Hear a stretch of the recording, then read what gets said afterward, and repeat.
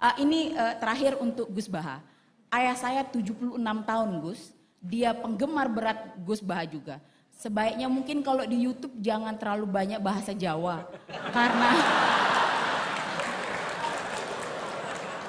Karena bapak saya itu penonton terus setiap saat. Meski adik saya lulusan Al-Azhar Kairo Mesir, dia juga menerjemahkan apa yang Gus Baha bilang. Tetapi ayah saya bilang kurang lucu dibanding dengan Gus Baha. Ya, silakan. Assalamualaikum warahmatullahi wabarakatuh. Waalaikumsalam. Nama saya Indra Lukman dari Universitas Kiai Haji Ahmad Siddiq Jember. Di sini saya ingin bertanya terkait bagaimana bagi umat yang awam untuk mengkontekskan atau merelevansikan sebuah ayat pada fenomena yang terjadi di era modern ini, Gus. Saya ingin bertanya ke Gus Baha serta Gus Kiai Prof. Quraisy Shihab, yang dimana fenomena ini yang saya kaji terkait fenomena Down Syndrome, yang dimana Down Syndrome ini merupakan sebuah kondisi ketika kita berada di depan orang lain itu kita merasa baik-baik saja, namun sebenarnya kita itu dalam tekanan batin yang sangat luar biasa. Nah juga saya menemukan ayat yang dimana terdapat pada Quran surah Al-Baqarah ayat 42, yaitu wala talbisul haqqa bil batili wa taqtumul haqqa wa antum ta'lamun, yang dimana janganlah kamu campur adukkan kebenaran dengan kebatilan dan jangan pula kamu sembunyikan kebenaran sedangkan kamu mengetahui. Bisa dibantu mikrofonnya agak jauh sedikit karena kami nggak dengar. Ya, jangan terlalu dekat ya. Ya. Okay. Ya.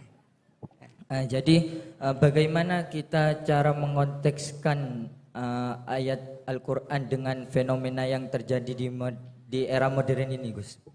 Mungkin itu saja. Kontekstualisasi, baik. Kita cara kontekstualisasi ayat Al-Quran gitu ya. Oke. Dalam sebuah permasalahan. Ya. Baik, terima kasih. Pertanyaan satu lagi, Ibu. Ya, sana ya. Singkat padat, mohon menyebut nama ya. Ya. Assalamualaikum warahmatullahi wabarakatuh. Waalaikumsalam. Nama saya Esti Wahyuni. Saya dari Lombok. Udah ya. Saya dari Lombok, Gus. Ini pertanyaan untuk Gus Baha. Gus, saya sekitar 3 bulan yang lalu saya pergi menghadiri akad nikah di bawah kaki Gunung Rinjani. Di sana orang tua mempelai perempuan tidak mengizinkan anaknya untuk tidak akad dengan cara Rasulullah. Baik akadnya, baik bahasanya, baik caranya, semua dipisah. Tapi karena mempelai laki-laki tidak mengerti, akhirnya sampai sore diajarkan, lalu diajarkan dengan baik, akhirnya ditunda karena tidak sesuai dengan tata cara Rasulullah dulu. Itu namanya desanya Sembelia kalau nggak salah. Jadi kami pulang dengan akhirnya batal acara itu. Itu yang pertama, Gus. Ini untuk Profesor Tuan Guru Tuan Guru Quraisy Shihab. Saya sungguh penggemar berat sampean, Prof. Untuk Prof. Quraisy Shihab, apa yang sebaiknya dalam rumah tangga, apakah tetap bertahan dalam pernikahan atau tetap bertahan dengan kesabaran, dengan harapan bahwa suatu hari suami akan menjadi lebih baik atau tidak begitu. Tetapi apakah bertahan dan tidak itu, maksudnya bertahan sampai mencapai titik lelah atau bertahan dengan penuh harapan tentang perubahan itu. Ini terakhir untuk Gus Baha. Ayah saya 76 tahun, Gus.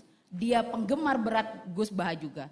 Sebaiknya mungkin kalau di YouTube jangan terlalu banyak bahasa Jawa.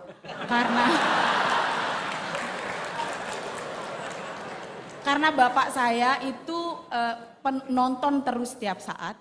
Meski adik saya lulusan Al-Azhar Kairo Mesir, dia juga menerjemahkan apa yang Gus Baha bilang. Tetapi ayah saya bilang kurang lucu dibanding dengan Gus Baha. Jadi mungkin sebaiknya dikurangi bahasa Jawanya. Jadi kami yang dari luar Jawa ini, ayah saya terutama bisa ikut ngaji. Terima kasih. Waalaikumsalam warahmatullahi Waalaikumsalam warahmatullahi wabarakatuh. Baik, terima kasih. Pertanyaan untuk Gus Bak dan Prof. Qures, kontekstualisasi ayat Al-Quran. Kemudian yang untuk Gus Bak ini terkait dengan pernikahan tadi, bertahan atau seperti apa. Kemudian yang untuk Gus Bak lagi ya, jadi saran. Ya. Baik, mohon dipersilakan Gus Bak. Ya. Bismillahirrahmanirrahim. Tadi siapa? Mbak Esti siapa? Esti Wahyun. Lombok ya? Oh ya. Jadi begini, kalau nikah itu tidak harus memaksakan persis seperti yang dipraktikkan Rasulullah SAW.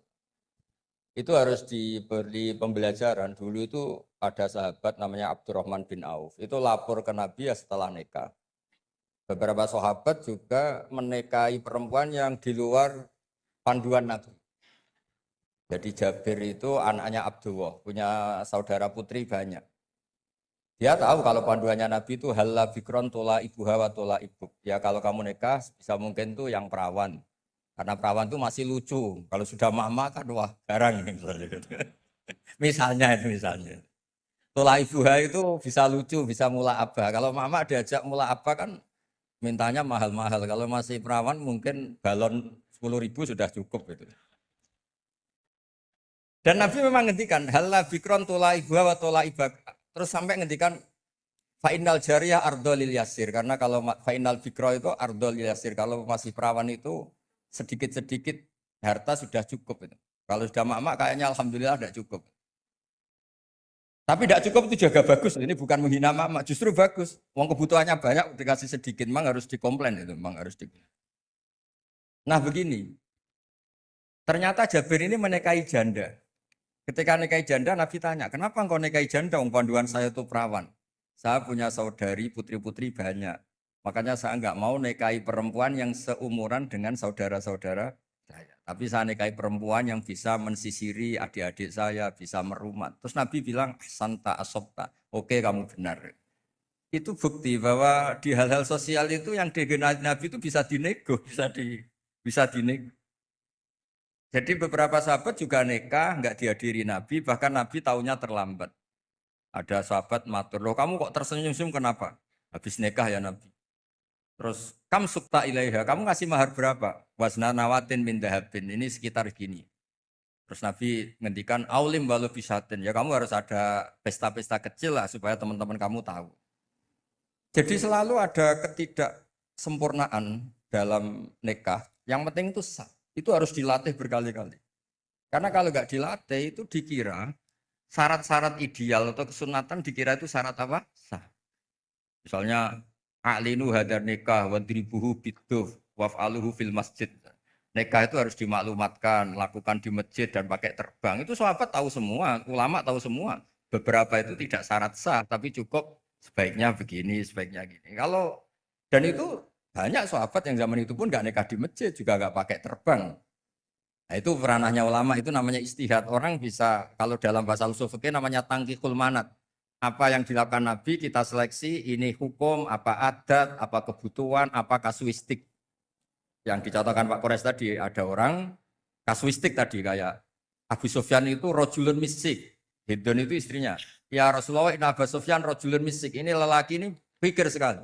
Gak pernah nafakoi saya, apa saya boleh mengambil tanpa pamit? Terus Nabi ngendikan, Budi mayak fiki bil ma'ruf. Kamu ngambil saja secukupnya. Kan gak mungkin Nabi mentoleransi ngambil tanpa pamit. Tapi Nabi juga gak mungkin membiarkan seorang istri utang-utang tonggo, coro Jawa, nyari-nyari sendiri gara-gara suaminya apa? Kikir. Tapi tetap saja ini dianggap waqi'atu ainin, kasuistik. Kalau bisa ada solusi yang lebih baik, tentu solusi lebih apa? Baik. Nah itu jadi kalau saya mohon jadi di bab-bab fikih itu tadi nikah zaman Nabi pun beberapa sahabat juga banyak yang nyuwun sewu tidak sesuai arahan Nabi. Tapi arahan ini dari awal memang tidak mengikat kayak Nabi mengarahkan bikron. Tapi ketika Jabir nikahi janda Saiban Nabi juga membenarkan. Jadi banyaklah cerita-cerita seperti itu. Ada sahabat yang milih sering sowan Nabi karena cinta, ada yang milih enggak karena takut ganggu Nabi. Makanya ada sahabat ditanya, bagaimana wajah Rasulullah SAW? Dia menangis sekeras-kerasnya. Saya tidak pernah melihat. Loh, Anda kan sahabat sering datang ke masjid Nabi. Haibatan lahu wa ijlatan lahu. Saya melihat beliau itu hormat sekali sehingga saya tidak berani menatap wajah beliau. Ada yang saking seringnya Nabi melihat Nabi terus. Itu kan wilayah-wilayah sosial. Nah, jangan-jangan yang kayak saya Pak Kures yang longgar di fikih itu karena nganggep Nabi itu mudah. Di bab-bab sosial itu mudah. Sampai sahabat itu ada yang nggak pernah tanya Nabi, kenapa kamu nggak tanya? Paling jawabnya if'al wala harat. Jadi maka ada karangan kitab itu if'al wala harat. Lakukan tidak ada masalah. Karena Nabi sering ditanya, jawabnya if'al wala harat. Terus ada kaidah ini terakhir dari saya. Ma khuyira Rasulullah sallallahu alaihi wasallam baina amrayni ilakhtara aisarohuma malam yakun isman. Nabi itu enggak disuruh milih dua hal kecuali milih yang paling mudah. Asal hal ini tidak maksiat. Jadi kayak jenengan gini yang datang di sini belajar tafsir apa datangkan Pak Kures nguraikan tafsir mudah mana? Mudah datangkan kan? Ya itu ya berarti yang penting. Karena kalau belajar sendiri kan repot. Pak Kures untuk jadi ahli tafsir 60 tahun belajar. Saya mulai kecil sampai sekarang belajar. Yang enggak belajar gugat tok. Makanya kuncinya kalau enggak tahu jangan bicara. Ya gitu. Wassalamualaikum warahmatullahi wabarakatuh. Waalaikumsalam.